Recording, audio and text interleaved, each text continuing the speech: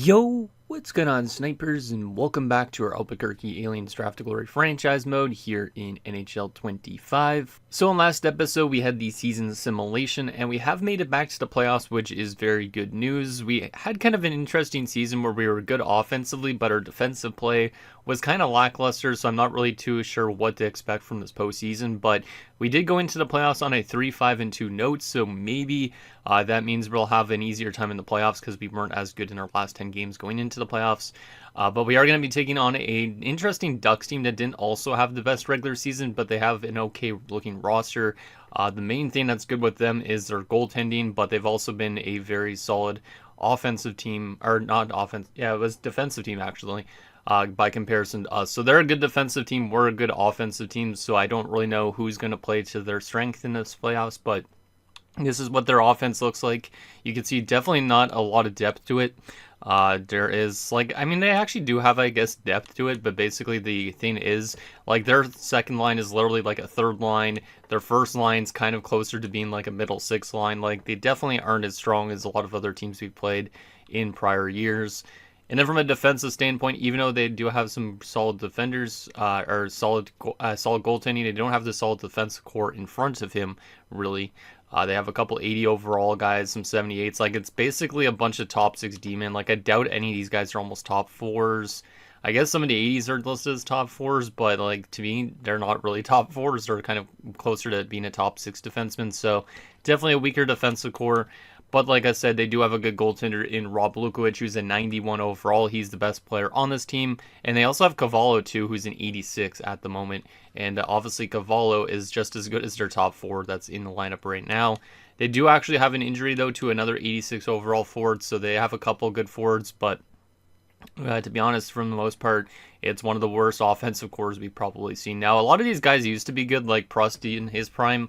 I'm pretty sure he used to be an elite forward because he was drafted 4th overall, so he used to be good in his prime. He has dropped off a little bit, but he is still a guy that could pick up 80-plus points in a regular season, so we definitely need to be wary about that there's still guys that even though they're low overall, maybe they could still produce on a pretty good level. So hopefully we are able to find ourselves into that second round and play a good defensive game, which is something we didn't really do much of during the regular season.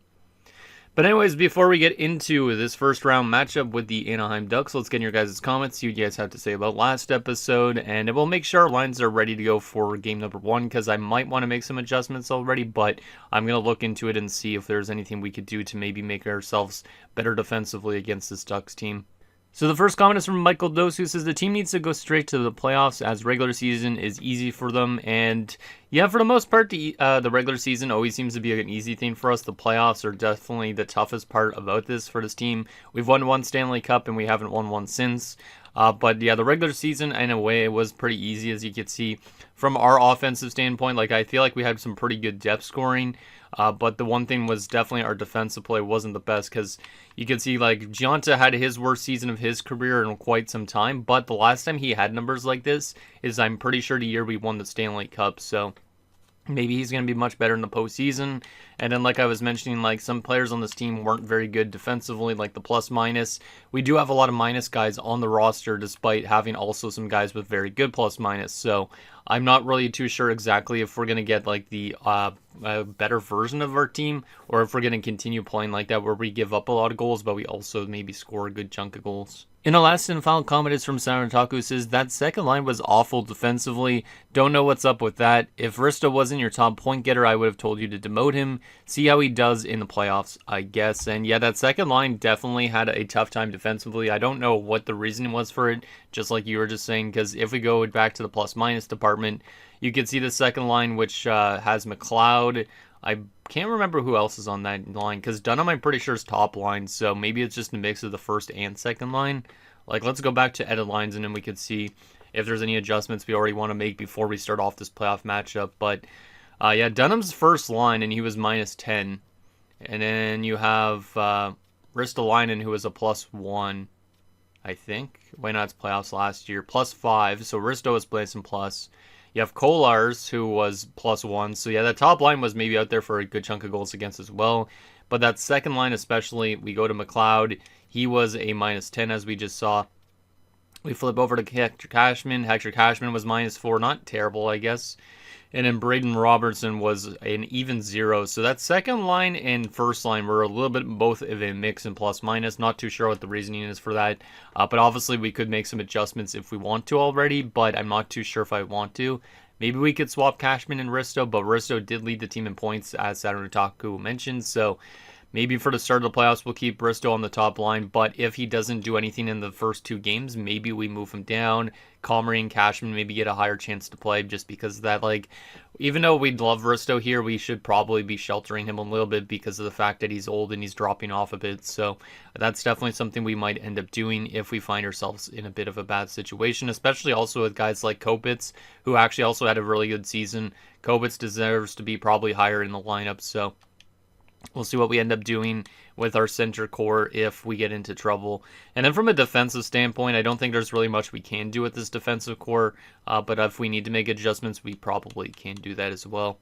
And Gionta will start in the playoffs despite having, like I said, his worst season in a while. He had a .902 save percentage. Last time he had low numbers like this was 20, 37, 38. And like I said, that same year, we won the Stanley Cup. So every year afterwards, he was very, very good, but we just could not get it done in the playoffs. But last time he posted those type of numbers was this year here in 2038, where he actually helped us get a Stanley Cup. So I'm hoping that maybe since he had kind of a mid-season, maybe he's going to have a really good playoffs, and that will carry us to a Stanley Cup victory. But with that said, I think we're ready to get into this first round matchup and see if we can knock out those Ducks. As I said in last episode, it's whoever can play to their strengths. So if the Ducks play really good defensively against us and suffocate our offense, they definitely will win games. If our offense could overpower their defense, we'll find a way to win. So I think this is definitely a series that could go maybe 7 games despite the Ducks not looking that great on paper. I think it's a good matchup because we are very good offensively, like I said, and they're very good defensively, mainly because of that goaltender, I would say. That defensive core, to me, is a bit of a cheese defensive core, so I'm a little bit worried, but I'm hoping that obviously since we have a lot of experience on our hands, that could help us get to the second round too. So let's see what happens here. Game number 1, we do have home ice advantage, so let's see if we could use that to our advantage. First period, game number 1. 1-0, that's a good start. Okay, I'll take it. It's not a crazy offensive start, but we don't really need our offense to do super crazy, I think. I feel like if we play good offensively for the most part, like we don't need to play insane, and we find our defensive game, we could definitely be a force to be reckoned with as Cashman opens the scoring here in the playoffs for us. Shots are 10-9 in favor of us as well, so pretty even period as I expected. Like I said, I feel like this series definitely could be a series that goes 7 games, maybe 6 games. I don't think it's going to be super easy for us, and it shouldn't be easy for them either. But once Hjalmarsson returns from injury for them, that's going to be a pretty big player that adds to their lineup. So we got to find ways to win when Hjalmarsson's not in the lineup yet. So hopefully, I think he doesn't come back till like probably late in the series. So if we could find a way to sweep them potentially, then we don't have to see him, which would be good. So 1-0 after 1. Can we add some insurance in the second period? Second period? 1-1. Okay, so they tie it up. So now we're kind of playing a little bit into the Ducks' hands a bit because it's more of a defensive game unless we find ourselves. But Mathers allows a goal, which means Gionta must have had an injury, which is not ideal. I'm hoping that it's only in-game and he's back literally for the next game. But that could be a pretty substantial blow here to start the playoffs if Gionta is in fact hurt. So that goal is from Vorobiev. Shots are 23-18 in favor of us. So we have been outplaying them, but it's still a 1-1 game. Definitely Lukovic is making a difference for the Ducks in this one so far. Can we find a way to get this win despite Gionta not being in the game for the rest of it potentially? Let's see what happens. Third period. Come on, guys. Let's get that next one. Let's get that next one. Do it for Gionta if he actually is hurt. Power play for us. We do score a power play goal, and it's done. Nice to see a top-line goal. Love to see it. Final 10 minutes of this third period, only up by a goal. Come on, boys, you got this. Play strong defensively, and you never know what can happen.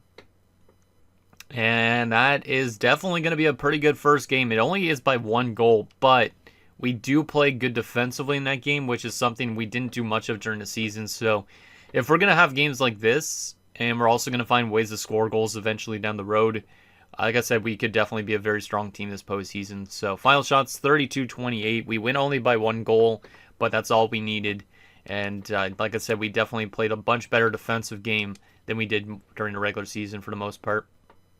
So Cashman from Hunwick and Robertson, and Dunham from Kolars and Cashman is the game-winning goal, and that was on the power play. All right, let's take a look at the goalie stats here for a second. Did Gionta play the start of the game? He did. He only played 2 minutes and made 3 saves, so I'm kind of worried. Mathers did come in and played really good, so if Gionta is hurt, hopefully Mathers could play like that again. If not, then that's not great.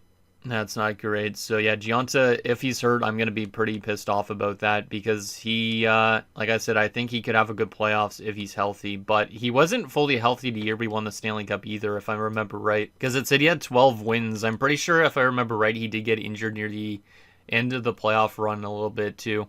But Mathers gets first star in victory, so shout out to Mathers for stepping up at a big time. Cashman second star, 2 points, and Lukovic the third star. So the question is Gionta actually hurt, or is it just an in-game injury? It is not an injury. It's an injury that Timo Karlotti goes down with injured ribs. He's out till the 26th, so that's a defensive injury, which is not ideal because we did just play a good defensive game. So we are going to have to go to edit our lines here, and who's going to come into the lineup then in that sense? Who do we have scratch for Demon again? Oh yeah, Young. Oh, that makes us so much weaker, man. I think I'm going to have to put Hutton down just so we have a strong D-man with Johnson. And then I'm going to put Young on the second pairing with Petterman. And we'll put Petterman on the left side because I think, if I remember right, Young might be a DFD. Oh, man, I can't even see because of this friggin' glitch. But I think it's better to put one of those 83 stronger demon with each of these 70 guys, just because if you have a 74 and a 77 pairing, both right-handed, I feel like they might give up a lot of goals. So Gionta is healthy, so that is at least good. But Karlotti went down with an injury. He will be back on the 26th, it said, so at least it's not super long-term, because that will mean he will be back for next round. But it is a pretty big blow to our defensive core, and I don't know about running a 74 overall defenseman in the playoffs, but that's what we're going to have to do, unless there's somebody in the AHL I could call up, which I don't think there is. Let me double check the AHL lines and see if there's anybody I would call up. The AHL team might actually be in the playoffs, so I probably don't want to reach into their lines too much, but let me just take a look and see if there's any guys that are worth calling up for that defensive job here. Not really. Because Nold is not ready yet. Seagal is technically a guy that could get called up, but I don't feel like he's that important to call up. Lawson, same thing. Yeah, there's not really anybody I'd call up here. Hopefully the AHL team finds a way to win a Calder Cup, because that would be really nice to see. Because the AHL team has lacked a lot of success in this franchise mode, I think, so far. All right, so a pretty good first game. Good defensive results. Did suck that Gionta missed most of that game, but Mathers stepped up. And then we did also lose Karlotti to injury, so hopefully we can find ways to win without him, and hopefully Young isn't as bad as his overall is. So let's get to game number 2 on home ice, see if we could find a way to win our second straight home game, and play another good defensive game just like last game too. Come on, boys, I believe in yous. First period, game number 2. Sorry, I had to make a cut because my voice is trying to die on me, but 2-1 Ducks after the first. Not a good first period in terms of goaltending, as Gionta allows 2 goals on 5 shots for Obiev and Winchester for them.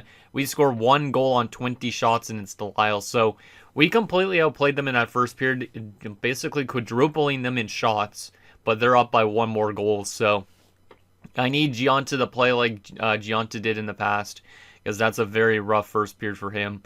Maybe we actually want to play Mathers in future games. I'm not too sure, but rough first period. For the goaltending, the defense, I'm not going to blame those goals on. I'm going to blame those ones more on Gionta. One's from a face-off dot. One's from, like, kind of a far-off side play. Yeah, I'm going to probably blame Gionta on those ones. And the fact that we scored 1 goal on 20 shots isn't great, but at least we're generating chances. If we keep having that many amount of chances and shots on goal, I think we should be able to get back into this game. So, can we find a way to score another goal on Lukovic, or is Lukovic going to be completely dialed in this game? Second period, 4-2. Boy, that's not good.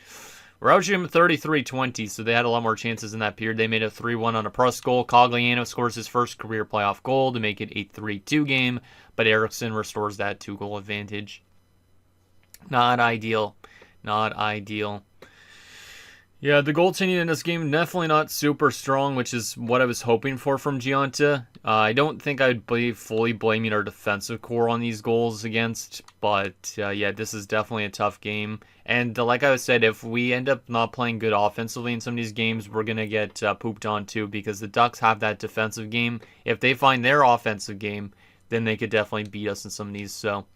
Let's do a real-time simulation for the third period, but it looks like the Ducks might take one of our home games, which means we need to take one back.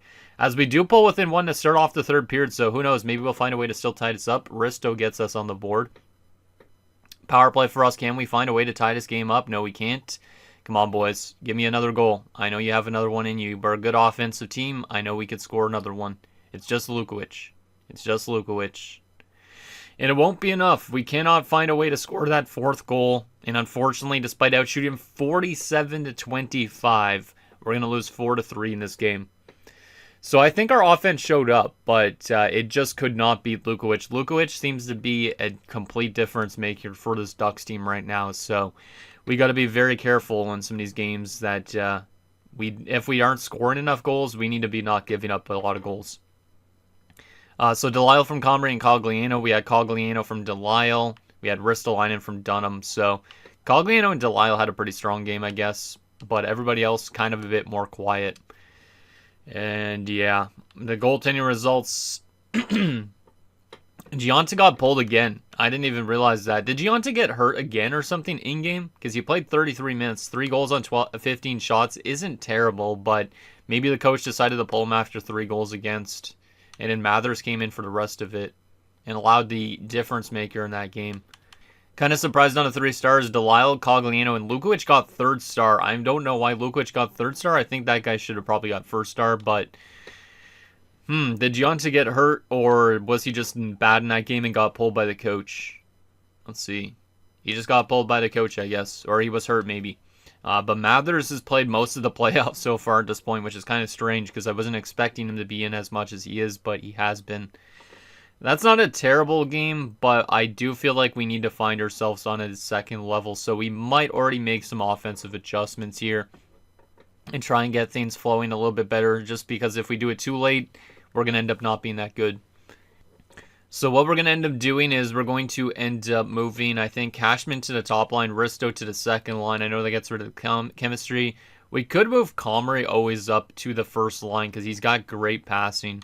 But Kolarz is already a good distributor on that unit. Aside from that, there's not really too much else I can probably do. Unless I wanted to swap McLeod and Kolarz. How does that work? Mine's 2 on the top line. I don't want to see that. Robertson and Dunham, what about that? -1, not ideal. There's definitely probably some more adjustments we can make, but I just want to make some small things for now, just to see what happens. I don't know about the -1 on the third pairing. You know what, I'll try it. Well, how was Young in that game out of curiosity? Even 0. Okay, so Saul Young wasn't a problem defensively. Giunta so far has been pretty bad, though. Pretty bad. We could always start Mathers for next game based on the fact that Mathers has the better stats, but I think I'm going to keep Giunta for now. And if Giunta has another bad game, I probably will start Mathers then. But yeah, Giunta's had a really tough time here this postseason. He might be on the decline here a little bit earlier than expected because his regular season wasn't as good as it normally is. His playoff so far hasn't been as good as it normally is, so definitely maybe having a little bit of a decline in his play a bit. Anyways, let's get to Game 3. We're in Anaheim now. Hopefully those offensive adjustments don't make things worse, but let's see if we could find a way to take at least a game in Anaheim since they took one of ours. First period, game number 3. 1-0 us. Okay, that's a good start. That's just like Game 1. I will definitely take it. Kopitz open to scoring. Kopitz has been a good player too. Like, I think he deserves a chance to be higher in the lineup, but I don't know where I could slot him in. Like, I'd have to move Risto to being like a 4th line center if I did that. Shots are 15-10 in favor of us, so we're outplaying them. We're only up by a goal, so Lukovic is still playing strong for the Ducks. Let's have a good second period here and set ourselves up for a good second period. 2-1 us. Okay, they did tie the game up. It was Eriksson, but McLeod gives us the lead, so good to see McLeod on the board. Shots are 26-22 in favor of us. It's a 1-goal game. Let's see if we could hold them off in this third period. Come on, boys. Let's get that insurance marker if we can. Long penalty kill to start the third, and they score a power play goal from Prust. That's not good. I don't know who took that long penalty, but it literally took like 10 minutes to kill that thing off. And they got only one goal, but Kolar's answers back for us. Big penalty kill for the most part. Kolar's gives us back the lead. Is that going to be the difference in this game? Final few minutes. Power play for us late. And we do not score on it, but it did kill the rest of the game off. We win 3-2 in what was probably a game we could have lost because of that long penalty. They did score on a power play goal on it, but that power play I feel like lasted like 9 minutes. So we got to definitely take a look at like the penalties in this game. But a nice little victory on the road in Anaheim sets us up to a 2-1 series. Let's take a look at those goals. So Kopitz from Huttunen and Doughty. We had McLeod from Risto and Huttunen, and Kolar's from Dunham. Not too bad. I do want to take a look actually at the penalties in those third period because we took a lot of penalties to start off the third or something like that. So Cashman got into a fight in the second period, which is interesting. But yeah, in that third period, Cogliano, the rookie forward, he took a charging major 30 seconds into the third period. So he was in the box for, I guess, 5 minutes. And then Bell was in the box too right after that penalty expired. So that's why we were on the penalty so long. It lasted probably like 7 minutes of that period. At least 7.5 minutes, I guess. Because, yeah, Cogliano's penalty was probably to 5.5 minutes, which means we were 5-on-3 for penalty kill for a little bit, for like 10 seconds, while Bell was in the box. Or when Bell got into the box. So, a couple of crazy penalties, but we managed to kill off, I guess, the Bell penalty. We did allow a goal on that Cogliano charging major. Hopefully Cogliano is a bit more disciplined, because that's not what I want to see. But Gionta gets first star in that victory. Kolar second star, Huttunen the third star. So Gionta, a little bit inconsistent right now, but he does find himself here in Game 3. Hopefully he looks ahead and never behind himself, because obviously he's had some bad games here this postseason, but that's definitely what I want to see from him. That's definitely the type of game I like seeing from him. So with that said, I think we ought to keep the team the same. It was another close game. Every game's been decided only by one goal. So technically at this point, we could be down 0-3 and all that. But these tight games are kind of what I anticipated. With us being a good offensive team, them being a good defensive team, it's kind of a good mix. So I think we got to keep the team the exact same for Game 4. Hopefully we can find a way to take a 3-1 stranglehold. But let's see what ends up happening as we're still in Anaheim. Hopefully Gionta plays another strong game too. So here we go, game number 4 on the road again. Can we find a way to win 2 games in Anaheim? First period. Scoreless. I'll take a scoreless first period, but it does kind of play a little bit more into their hands because they are more of a defensive team than we are. Shots are 11-7 in favor of the Ducks, so we are getting outplayed a little bit after the first period, but a good goaltending period, solid defensive period, I guess. Can we find a way to get the game's first goal? Second period. 1-1, I'll take it. At least it's still tied. Eriksson scores for them, Cashman for us. Feels like Eriksson's scoring a lot of the goals for the Ducks in the series, but they're outplaying us 23-15 in terms of shots, so Gionta's having a strong game again here so far. But obviously Lukovic could hold his team in these type of games too, so it's a goaltending duel to start the third. Who wants to be the one to take the lead? Let's see what happens. Third period. Come on, boys. Power play for us to start the third, and we get a power play goal from Robertson. Let's go, Robertson. Big goal there from the grinder. Robertson's a grinder, but he doesn't play like one. Like, he doesn't take as much penalties as Cogliano, it seems like. Winchester ties the game at 2. That's not ideal. Can we respond is the question. Or are we going to be going to overtime here in Game 4? The answer is yes. So we go to overtime for the first time in the series, and it's going to be another game only decided by one goal.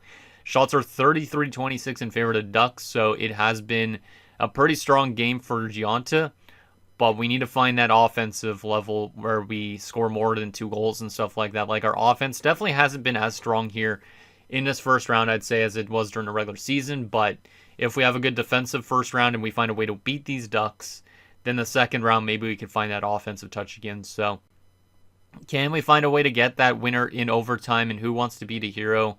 Who do I want to call on that hasn't done much?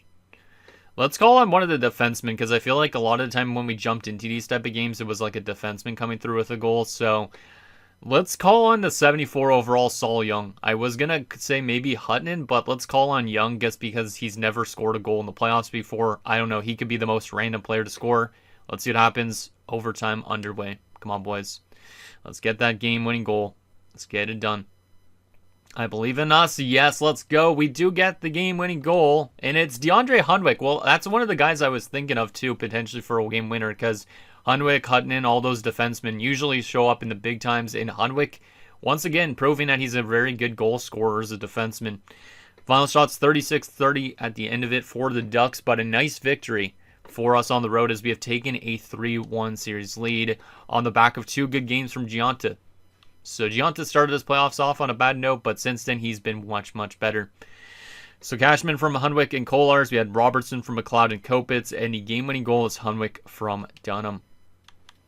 Like I said, every game's been decided by 1 goal, so it's not been like the craziest offensive first round, but we've been finding our defensive play a little bit as of late. Our goaltending's starting to play better too, which means just as long as we find that offense in the next round, I think we could be a dangerous team. So Gionta first star again, Hunwick second star, and Slater for them the third star of the game. All right, so we take both games on the road, which is kind of a surprise after they took one of our home games. The question is now, can we find a way to close them out, or are we going to go to a game 6? Is this the type of series that they could come back and win in 7 games? Probably, but I'm really hoping that obviously we just continue playing this strong defensive game, because we've allowed them to score 2 goals only 3 times in the series, and once they scored more than 2 goals. So our defensive play has been pretty strong for the most part, on the back of some solid efforts from Mathers as well. So I think we're going to keep the team the exact same. We just need to find, obviously, that offense to bring into the next round, hopefully. So can we close out the Ducks on this home game? Can we get a 3rd straight game where Gionta plays really good? Let's see what happens. Come on, boys. I know we can close them out. It's just the Ducks. First period, game number 5. Oh, that's not a good first period. And Hjalmarsson's back from injury, which is also what I said. Once Hjalmarsson's back, we need to find a way to contain that guy. He was close to being point per game during the regular season, but he only played like 20-something games due to a lacerated arm. So that's not ideal. Bad first period for us. Probably our worst first period of this postseason. Prost, Reinprecht, and Hjalmarsson. 3 goals against on 14 shots. I wonder if Mathers is in net again for this rest of this game. But that's not good. That's not good. If the Ducks are going to find their offensive game and still play good defensively, they could find a way to definitely force it back to a game 7, in my opinion. So we need to have a good second period here. We cannot allow them to score any more goals. We need to get 1 or 2 goals back in a second, and then maybe we could start clawing back. Second period. 4-1. It's still kind of the same result. Slater made it 4-0. Delisle made it 4-1. Shots are relatively even, but definitely Gionta's not playing strong in this one, which is not ideal. Lukovic is having a strong game, which he has had, I guess, 2 strong games in a row as well, but not as good as Gionta's. So Lukovic definitely could change the complexion in the series, which is not ideal. Can we have a good third period here to give us maybe something for next game? But this is not a good game. Prost makes it 5-1. Well, yeah, this is definitely a tough one. I hope that the Ducks don't find their offensive game in the next game either, or else I think we might end up losing in 7 games after being up 3-1. I could smell that, kind of. Like it's the cheese or whatever. Reefers makes it 5-2. Can we get any other goals here late? The answer is no. We lose 5-2 in this game as the Ducks find their offensive game, which they haven't done much of this postseason. And they continue to play their good defensive game as a 36 save performance from Lukovic. Not ideal. Not ideal. Our only goal is Delisle from Comrie and Cogliano, Reefers from Kopitz and Doughty.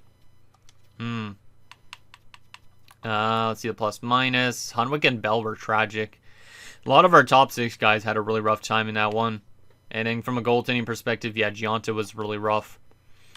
I wish Gionta was a bit more consistent, but I'm not going to complain. And yeah, Hjalmarsson had 2 points in his first game back. Of course he did.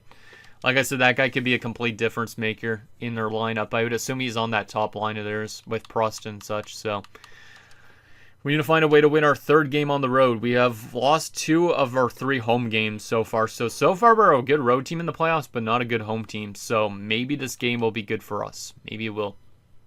But I feel like we need to make some more adjustments after a game like that. I just don't know exactly what I want to do here. How has Risto been and how has Comrie been like by comparison? So Risto, 2 points but -2. Comrie has 2 points, -1. Cashman's been probably the best of the three of those guys, right? Yeah, 3 points, even 0. If I move Comrie up, is that going to help anything with chemistry? It does a bit. I'm going to move Risto down to third line center. I don't like doing it, but he has such good face-off stats and defensive stats that maybe he could help the bottom six keep the puck out in it better than Comrie could.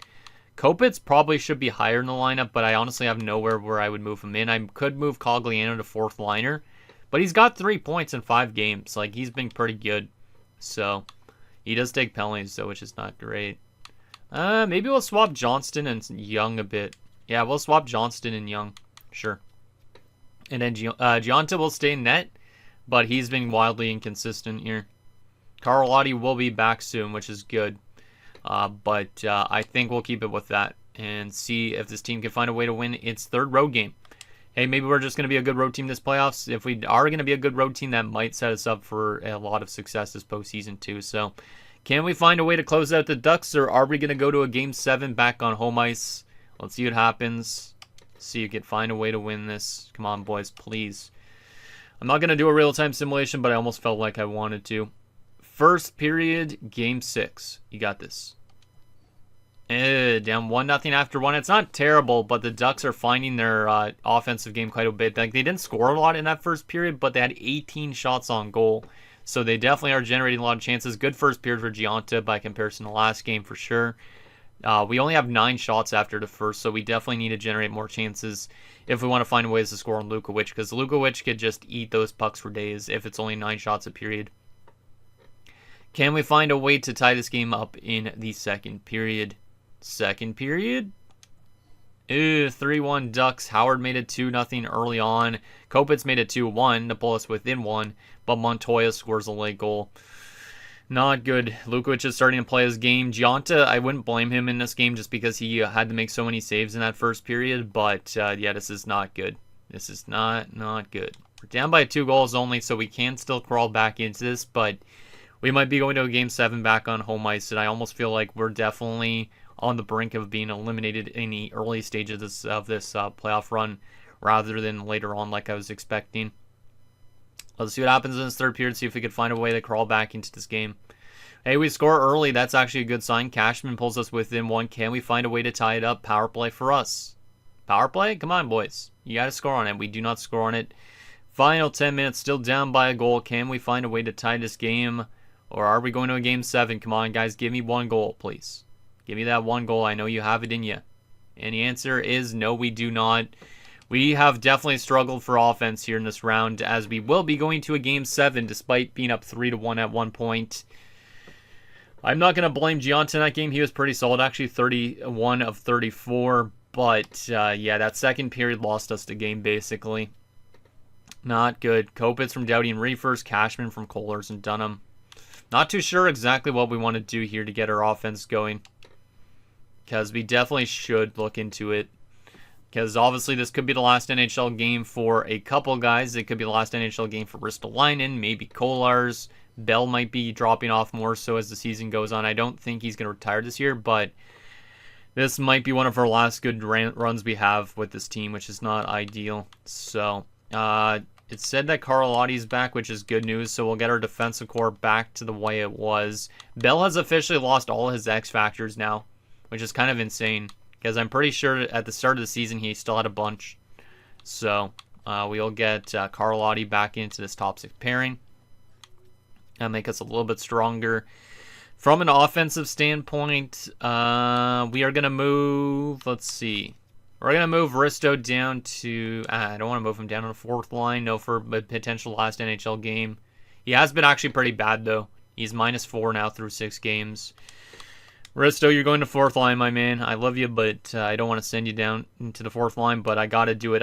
Kopitz has been better than you have, so we got to move Kopitz up. He's actually been our best center, 4 points in this playoff run. So Kopitz is going to the top line.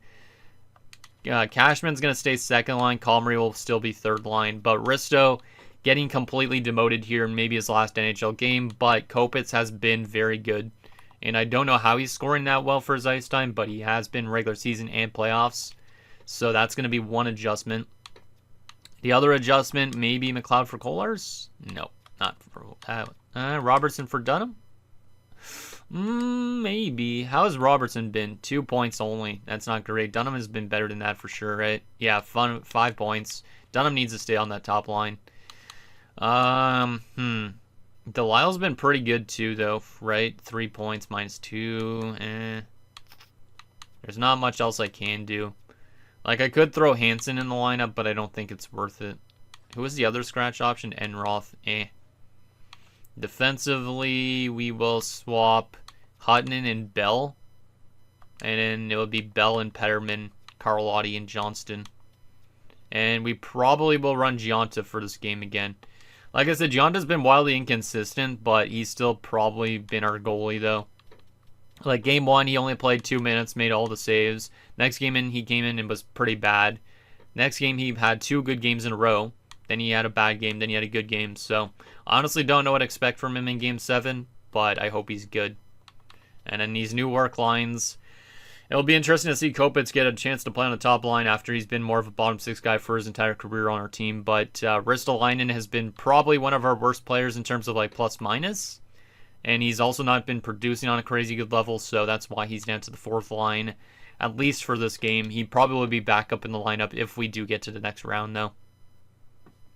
All right, April 25th, 2046. This would be officially my 50th birthday, if I'm not mistaken. So we got to find a way to win on my 50th birthday. Oh, that's crazy saying that, 2046. Oh, my goodness. That's like only 21 years from now.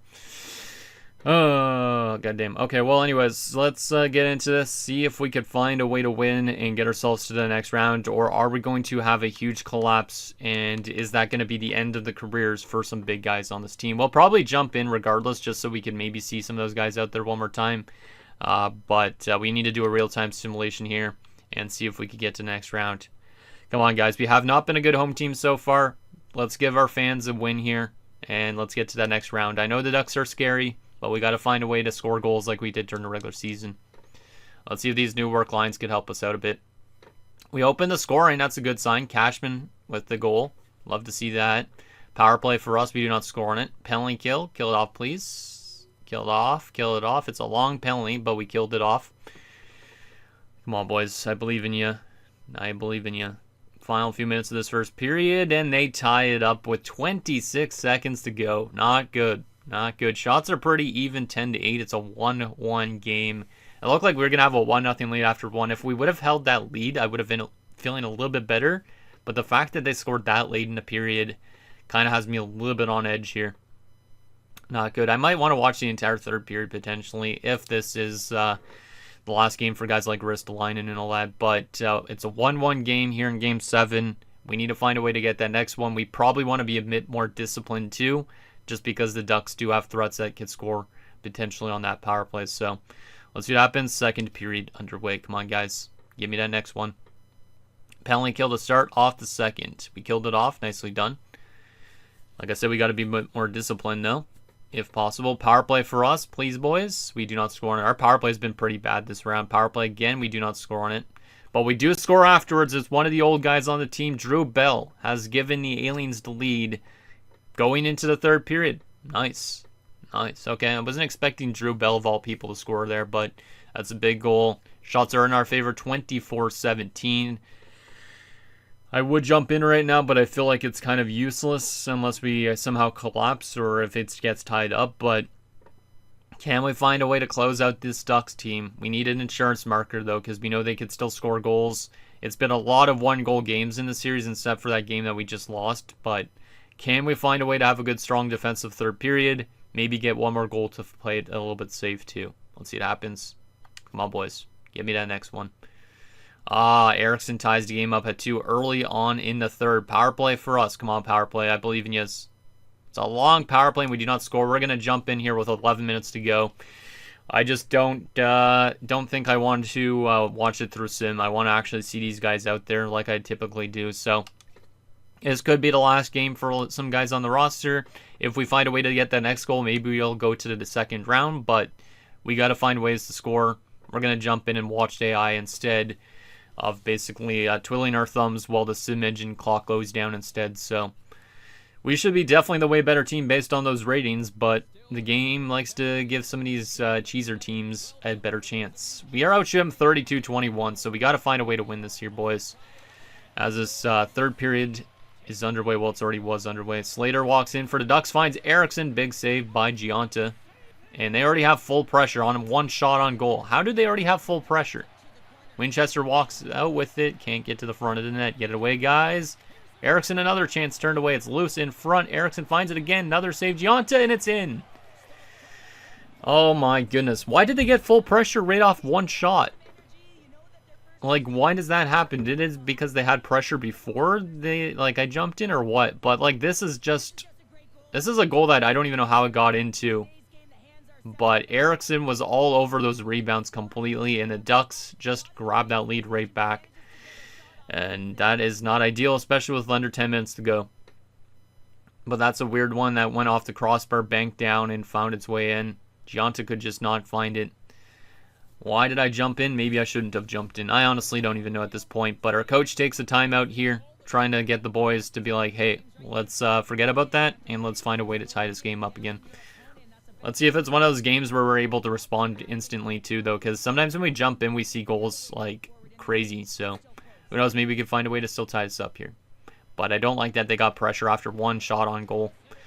Kolars with the puck, finds it to Petterman. Petterman finds Kopitz, who's on this top line now. Kopitz throws a big hit. Love to see that. Here's Peltier, throws it over to Hjalmarsson for the Ducks. Hjalmarsson walks in, spins it back to McLaren. McLaren out front, Prust to Chanson as blocked by Petterman. Here's Dunham, finds it up to Kolars. Kolars, I don't know why you made a deke there, but I'm not going to question it since you've been here so long. Kolars, great pass. Dunham walked in. He was looking for the pass instead of the shot. He probably should have looked for the shot on that play, but he looked for the pass, and then he didn't even get anything out of it. Hjalmarsson walks in for the Ducks, can't get it through. Come on, guys. We still have time on the clock. Just got to find a way to get some ozone chances, because it seems like the Ducks right now are the better of the two teams. Cashman with it. Hector Cashman dumps it into the corner. Altschuler with it for the Ducks, and he's going to get out easily. Yeah, we're not pressuring them hard enough here to keep it in the zone. Bootland to Peltier. It's poke checked by Cashman. Hector Cashman with the puck. Gets hit. Here's McLeod. Throws it over to Hunwick. Hunwick finds Cashman. Come on, money man. Can't get it in. Nice hit there. Nice poke check. Robertson, a quick chance after the good defensive poke check. And we do get an offensive zone faceoff, which is huge. Hopefully we can find a win this faceoff. As Comrie will take the draw out there with Cogliano into Lyle. So the third line up against their second line. Come on, Comrie. I know you're a pending free agent, but you got to win these draws, man. There you go. Comrie wins it. Hutton into Hunwick. Hunwick a bomb. It deflects to in front of the net. Doesn't get to the net. Damn, the Ducks seem like they have a good defensive structure despite only being like low-end defenders. Because that was a nice block. Delisle can't get by. Slater gets hit. Eriksson throws it all the way up. Here is, I don't know who that is, Winchester. Winchester with it. Shoots it. Almost went to our net. Hunwick got to be careful there, Medi. Cogliano. Come on, Cogliano. You got this band. Cogliano walks in, finds Comrie, and he just puts that wide as he tried to go top cheese. Delisle finds it, can't get the shot. Good poke check by their defender. Yeah, they're playing too good defensively right now, this Ducks team. Hunwick gets poke checked. Got to get back to this, guys. Vorobiev throws it back to the point. Delisle picks it off. He finds Cogliano late in his shift, but he'll still hustle in. Cogliano can't get it into the net. I feel like we're not generating enough chances since I've jumped in. I might have screwed us out of this game. I might have. Ryan practice shot turned away. We're almost into the final minute of play. We need to find a way to tie this one up. Kolars, 2-on-1. Kolars can't get to the net. It's now to the net. Dunham a chance. And we do have an offensive zone face-off with 58.3 seconds left. I don't know if we're going to pull the goalie here. Maybe we did. I don't know. I can't tell. I don't think we did pull the goalie yet. Come on, guys. Win this draw. Tie up, and they find it. God damn it, guys. Hjalmarsson walks in with it on Giunta. We got to get back into their zone. Altschuler with the puck. Nice play by Bell. But we got to get possession here, and they score. Palmville beats Gianta on a shot that maybe Gianta probably should have had, but we just have not been able to find a way to keep it in the Duck zone since I've jumped in here. Maybe I should have just let it sim out. I honestly don't know if that would have made a difference, but that's definitely one Gianta's going to want to have back. But the defensive structure is absolutely atrocious here. Like, we have not played good in our own zone since I've jumped in, really.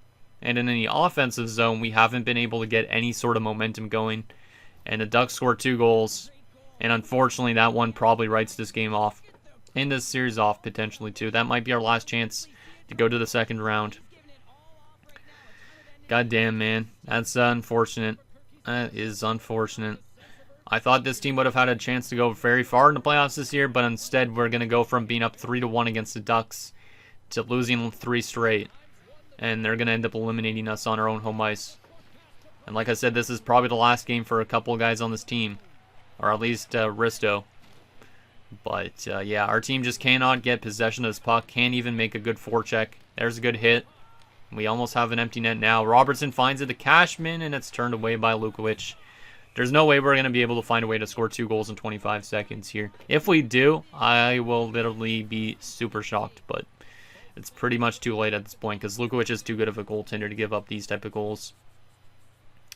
It's just unfortunate that we didn't get the best version of this team. We could not find ways to score goals. Gianta had some strong games, but also some bad ones. Bell with a bomb. Nice chance. Nice chance there. Don't mind it. We do have pressure now. Another deflection turned away. Cashman over to Robertson, and that's turned away. That was a bad angle shot. Could have went for some sort of a pass instead or walked to the net instead. But 13 seconds left. Yeah, we're not scoring 2 goals in this span. Man, this is so unfortunate. We got cheesed, I'd say, in a way, because the Ducks aren't a good team on paper. They have a good goaltending, and that's it. That's it. But I think that's the difference here. Bell blocked. Damn it, guys. Damn it, damn it, damn it. Slater carries it in, and he's just going to miss the empty net. But we are not even going to get to that loose puck, and then Slater missed the empty net again. Well, that's kind of funny, but unfortunately, the Ducks are going to take out your aliens. And we pack our bags way earlier than I anticipated. I thought we would have at least been able to find a way to get to like the second or third round this year. But unfortunately, the age is catching up to us. And we're going to get eliminated here early on, which kind of sucks. Maristo going through the handshake lane. Is that the last time we see him out there? And there's Gianta as well. Man, that blows. That absolutely blows. Like, we jumped in and they scored a goal immediately. Like, maybe I should just have watched a sim instead. I honestly don't know if it would have made a difference, but Cashman, 3rd star with a goal and an assist. I'm guessing it's Ducks players for the other stars. Like, we outshot them badly, too. Johan Eriksson gets 2nd star, 2 goals. Eriksson was the only guy scoring for the Ducks, too, I feel like, in terms of most games. And then Rob Lukovic, yeah, big difference maker in him. But that sucks, man. Like, we had a lot of power play opportunities as well in that 3rd period. Like, they literally had a high-staking double minor, apparently, and we did not score on that power play. There's also in the 2nd period, we had some power plays, we didn't score on it. So our power play really struggled, and that might have been also a difference maker. But then again, we didn't score a lot of goals, too. But is there anybody I want to get screenshots of here that might retire? Maybe we should get one of Drew Bell, just because Drew Bell's getting closer to dropping off potentially. Even though he has just an EA-generated generic face here. Let's go with that. And let's go with that. Boom. Just so I have something of this guy. Just because he is probably close to retirement. So, oh, man, that sucks. That sucks. Like I said, I thought it was going to be a lot longer of a run this year. But we ran into a hot goaltender. And I don't know if the Ducks are going to go far this year in the playoffs, but they could. They honestly could. Let's take a look at some stats here, but definitely a rough time. We'll take a look at the retirements and stuff also in this episode still, but oh, goddamn. Okay, let's take a look. Let's see what the problem was. Yeah, the problem was definitely, number one, I'd say the scoring, because nobody on our team was point per game. So the depth scoring was atrocious. Guys like Ristolainen started to actually act like a 38-year-old. And the plus-minus was not good from Risto as well. Yeah, that's a tough one, man. Very tough. That's just the forward side of things. And then our defensive core, Hunwick had 3 points, McLeod had 3 points as a forward. But you have a lot of guys that are minus on the defensive side of things. Young at least was a +2, so shout out to Saul Young. Got called up with the injury, played relatively well. Maybe we should have kept him in and took out somebody else. And then from a goaltending perspective, Gionta was pretty bad in some games, but he was good in others. Mathers was really good. Maybe I should have put Mathers for Game 7, but Gionta had his inconsistency, so I thought maybe there's a chance he'd play good again, but yeah. He went from 800 to 935, 944 to 857 to 912 to 852. That's a tough one. But it is late in his career anyways. I expect him to potentially retire soon too, so is what it is. Damn, man, that sucks. That absolutely sucks. Cashman was definitely the only guy doing a lot in terms of scoring. Like 4 goals for him. Everybody else had 2 and less goals, so didn't get that goal scoring support whatsoever. Is our AHL team still in the playoffs out of curiosity, though, in Burnaby? Looks like they were eliminated. Yeah, they were eliminated. Our AHL team never finds that playoff success, do they? That sucks. Okay, well, let's assimilate to the draft, find out the retirements, the awards, all that stuff. But another tough year for this team, and we only have a few more years left of this. Like, I think only 2 to 3 more seasons. So we'll see what ends up happening with those 2 to 3 seasons, but there's a chance that Risto could be retiring this episode, which means we'll be down to only a couple more people that have been here a long time. The Ducks went on to win the Stanley Cup. That's kind of a surprise. Because how does a team like that win a Stanley Cup with that defensive core, that offensive core? It must have been Lukowich, the difference maker in that one. Because I don't think that Ducks team is good enough to win a cup, but they did. And then Wilkes-Barre wins the Calder Cup. So, shout out to the Ducks. Let's take a look at the awards now, I guess. Let's take a look at those awards. So, Anaheim won the Stanley Cup. That's their first time, I guess, in a while. I feel like they won a cup in this series, but I don't remember when it was. Washington won the President's Trophy. All right. And it was Anaheim in Toronto in the Stanley Cup Finals. All right. Damn. We keep on going to the Cup Finals every second year, so who knows, maybe this upcoming year, 2046-47, we'll go back to the Finals again. I don't know. And then Toronto was in its first Stanley Cup Finals in, I guess, a while.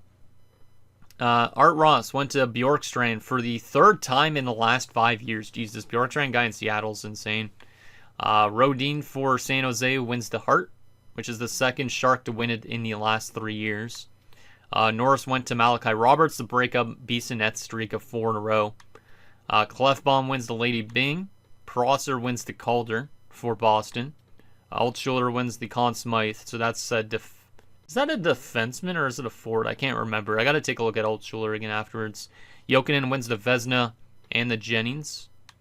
Silverthorne for Calgary, the Masterton. LA's head coach is Jack Adams. Potter to Selke. Bochenski wins the Lindsay. And Bjorkstrand wins another Richard. All right.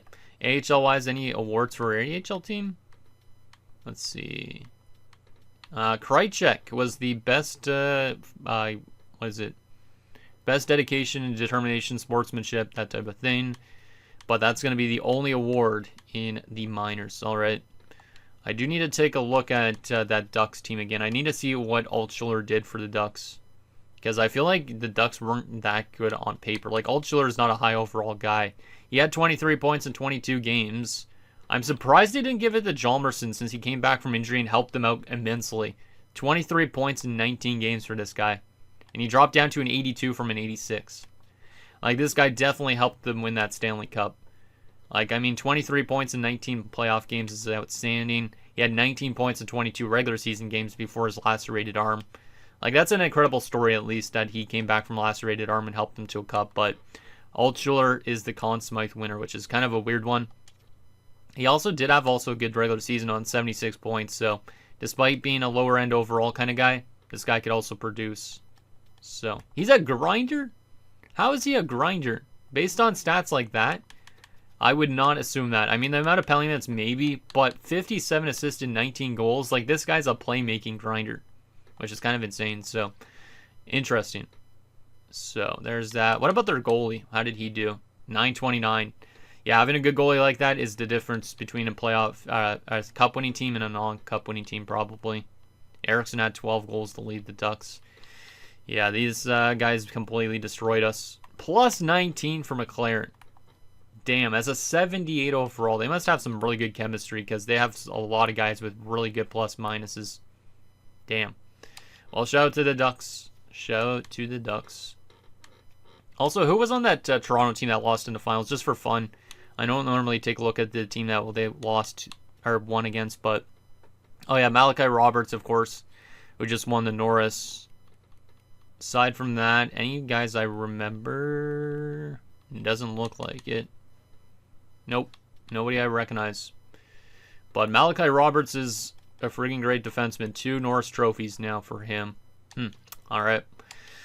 So there is that. Now the question is the draft lottery results, all that stuff, the retirements. I'm really worried about losing Ristolainen, so I think this could be the end of his career, but he could also come back maybe for another year, but that would kind of suck because of the cap situation. But first overall pick is this year is going to Montreal, followed by New Jersey, Vancouver, Tampa, and Nashville. All right. The question is the retirements, and I'm kind of worried, like I said, who's going to retire. You know what? I'm going to hide it, and we're going to find out together. And I'm going to basically change this over to goalies to start off with, so I don't know who retired. Let's change it over to goalies. I got it to goalies. Perfect. Just so we could kind of make it a little bit more climactic if he actually did retire. So starting off with goaltenders, no crazy goalies other than Gabriel Dag retired. So yeah, nobody I really recognize. From a defensive standpoint, Billy Peltier just won a Stanley Cup with the Ducks, and he has retired. All right, he's the best defender that retired. Shout out to Andrew Whitfield. He has decided to call it quits. Almost forgot about him a bit, to be honest. Where has he been the last little bit? After leaving us, he played 18 games in San Jose with 8 points. Played 7 games in Ottawa with 3 points. Also played some time in the AHL for San Jose, 2 years in a row, with 50-plus points. And then a few years ago had 2 points in one AHL game, but it was a scratch in the AHL at that point in time. Looks like he's been a very good offensive defenseman still in the AHL level, but he could not find a way to stay in the NHL lineup, which makes sense. Makes sense. So, shout out to Whitfield, former third-round pick of ours. He has retired. Anybody else that used to play with us? Jordan Lee. Jordan Lee has retired with the Utah Hockey Club. He did just play in Utah this season, apparently. 14 points, minus 22. Also played in Pittsburgh a bit, Montreal, Washington. Montreal on 2 different stints, maybe? Maybe. Honestly, no, I don't think so. Maybe not. Maybe he's dealt to Washington, played only 2 games there. But shout out to him. Former Stanley Cup champion, I think, with us too. Right? Yeah, he won a Stanley Cup with us, so. Shout out to Jordan Lee, another defender, gone. Anybody else that I remember on this defensive side of things? Let's see. Like any crazy names that we completely forgot about that only played a little bit with us? Nope. What about right wingers? What do we got? Any former right wingers? Not that I see. I'm worried if Risto retired still, though. I feel like he definitely did, but I honestly have no idea. I have no idea. Left wingers. Gerbeshkov retires. Damn. Artem Gerbeshkov. This guy was a really good player in this franchise mode with the Chicago Blackhawks. I didn't realize he dropped off so hard recently. He was in Montreal the last 2 seasons. But yeah, this guy had a 100-point season less than a decade ago. So 1,800 points. Playing with like Connor Bedard and all that. So shout out to Artem Gerbeshkov. Even though he didn't used to play with us. And shout out to Ethan Prust, who we just lost against as well. He went on to win a Stanley Cup. So that's at least good for him, but kind of sucks for us. Anybody else on left wing that I recognize? No. Oh, Skylar Peterson. 4 games with 7 or no points. This guy was just a depth option, mostly an AHL talent. He was drafted as a low lead option, but just did not pan out. So shout out to Skylar. And then in terms of centers, did Risto retire? He did not. He did not. He's going to literally be coming back at age 39/40. God damn. This guy just does not call it quits. Mike Robertson retired, though, with the Leafs. Anybody else that I remember? Which Peterson is this? John Peterson. That guy didn't play with us, right? No. That's a different Peterson. Yep, there's nobody hardly in centers, so we did not lose Ristolainen, which means he's literally going to be coming back on a high up cap hit for another year, which kind of sucks in a way because of the cap situation, but Risto not retiring. This guy just wants to win a Stanley Cup before he retires, it seems like. And we also didn't lose Kolars, we did not lose Bell, so everybody's going to be back next year again, unless we lose them to free agency. We did lose 2 coaches, however, to retirement. Milan Hayduk has retired, so that's our goalie coach. And Quincy Nielsen, I believe, is our assistant coach. He also retires, so a couple of big coach retirements. We also do lose Buzek in the AHL, which is probably the goalie coach or something like that. We also do lose an SHL scout, so we could replace that in next episode, but it might not be worth it because we only have a few years left of this franchise mode. Let's finally wrap up these last few things. So, first and foremost, the progress reports. Is there anybody that might crack our lineup next season, potentially, or guys that drop off hard? So some statistical growth on some of these guys looks like. Risto is, yeah, he's going to be pretty low next season, I guess. I really did not expect him to be playing as long as he has, but he is definitely the all-time leader in games played on this team. If Staubitz would have been playing this long, I would have been pretty happy, but Ristolainen going this long is kind of insane. Hansen, okay. Stillman, let's see what else we got here. Kolars dropped off to an 82. Wow. So Kolars might end up retiring before Ristolainen at this stage, which is kind of insane, or the same year as Risto. But yeah, Kolars dropped off an absolute cliff this season, especially in the physical categories. So that's not ideal. That means there's going to be a good chance that McLeod plays top line left wing next season, and that Kolars and Risto might be both third line guys for us, which is kind of strange, but that might be the way we have to do it. Dingle didn't get any growth, but he had a good AHL season, I saw. 76 points in his first AHL year. Has a low lead, so this guy should be cracking our lineup next season, which is exciting. From a right wing perspective, Dunham's still an 88. Robertson's still good. Reefers, okay. Defensively, drop off from Bell. Ugh. I don't like that these guys are dropping off so hard. But he is an 86. Our defensive core is still going to be strong going into next season, but the drop off really sucks. From a goaltending perspective, looks like Gionta's on some statistical. He's also down to an 86. Listed only as a starting goalie now, not an elite starting goalie. His statistical growth just dropped off a bit. Alright. What about in the system? Alright, the next generation of goalies is probably here. Bachman probably is our new backup goalie next season, which means Mathers probably is on the outs. Which means Andronov and Bergfors run the AHL. And then Shodin might not even get his ELC. Teufel, I'm not too sure if they'll get their ELC either, but yeah, definitely Bachman is going to be the backup, and as a tongue twister, for Gionta. From a defensive standpoint, Johnson's still 77, Knowles is 75, Pitkinen a 55, alright. Some of these guys are not growing whatsoever, though. Wall's pretty close. He's actually listed as a fourth liner, so maybe there's a chance we get Andy Wall into the lineup, or as a depth option at least. Aside from that, anybody else close to making it? Newberry's kind of close. Hartman's not there just yet. Centers, Krejcek is kind of close. He's a depth forward. So we might have some guys make it to our lineup next year from the AHL. Depends if there's a more hard drop-off and stuff like that. But yeah, this team is definitely getting a little bit old. A lot of guys over 30. I remember when this team was in its prime and there was a lot of 20-year-olds. Now it's just a bunch of old men pretty much. But I do think Risto and Kolars will be third-line guys for us next season. And then we'll probably end up running Cashman as a top-line guy.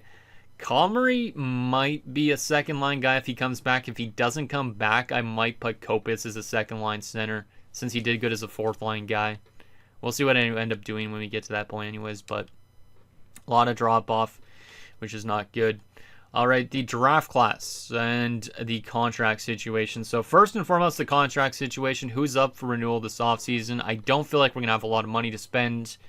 The big one to bring back is Comrie.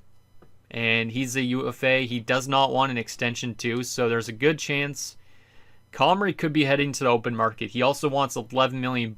I don't think there's a way I'm going to be able to re-sign him, but we'll see what ends up happening with that. Cogliano's at least an RFA. Robertson's still an RFA. Kolar's is a UFA. Forgot about that. He'll be going into his last year of his career. We could probably knock this down by a couple bars just so he retires with this team. But he is still going to cost us more money than he probably should for a third-line guy. $5.4 million. It's a bit expensive, but I don't want him to retire on another team, I don't think. We have a bunch of other RFAs, so at least we have a lot of leeway with the contracts, it seems like, on our team. Like, most of them are RFAs. But the big UFAs, like Comrie, they might be gone. And then Mathers, like I said, could be gone too, potentially, if we want to definitely get that elite backup in instead. Mathers wants a one-way $17.50 contract. Like, he's a good goaltender at times, but we don't necessarily need to bring him back. All right. So there is the contract situation. Finally, the draft class. Not that it matters too much at this stage. Where are we drafting first and foremost? 27th. Let's take a look and see if there's anybody that could maybe crack our lineup before the series ends around 27th. But, yeah, this team is definitely on the regression, which means playoffs might not even be guaranteed next season. Offensive defenseman, medium top 6. Gary Lopp looks kind of bland. I don't know. A lot of medium 9s. Yeah, this draft class doesn't look very good either. There's a medium 6 in Bob Barbara. He's probably looking the best 2 years out. There's also Kavanagh. He's probably 3 years out though, right? Yeah. There's another gem in McPherson. Doesn't look that great though. Any guaranteed elites that we don't know about?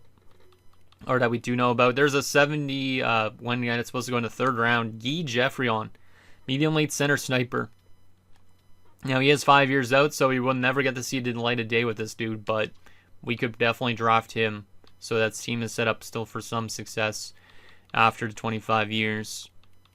And aside from that, there is some low elites as well. Brian Conan. We'll pin you. And then there's also Clinton DeLuca. We'll pin him too. But there is also some other guys that could be low elite. But honestly, this draft class doesn't look good. Our chances of winning a Stanley Cup look kind of bland too. I'm not too sure what to expect from our team down the road. I'm not. I think we're going to be still relatively solid, but also I'm just worried about guys like Risto dropping off a complete cliff throughout the season, like maybe being a 75 at the start of the season instead of an 82.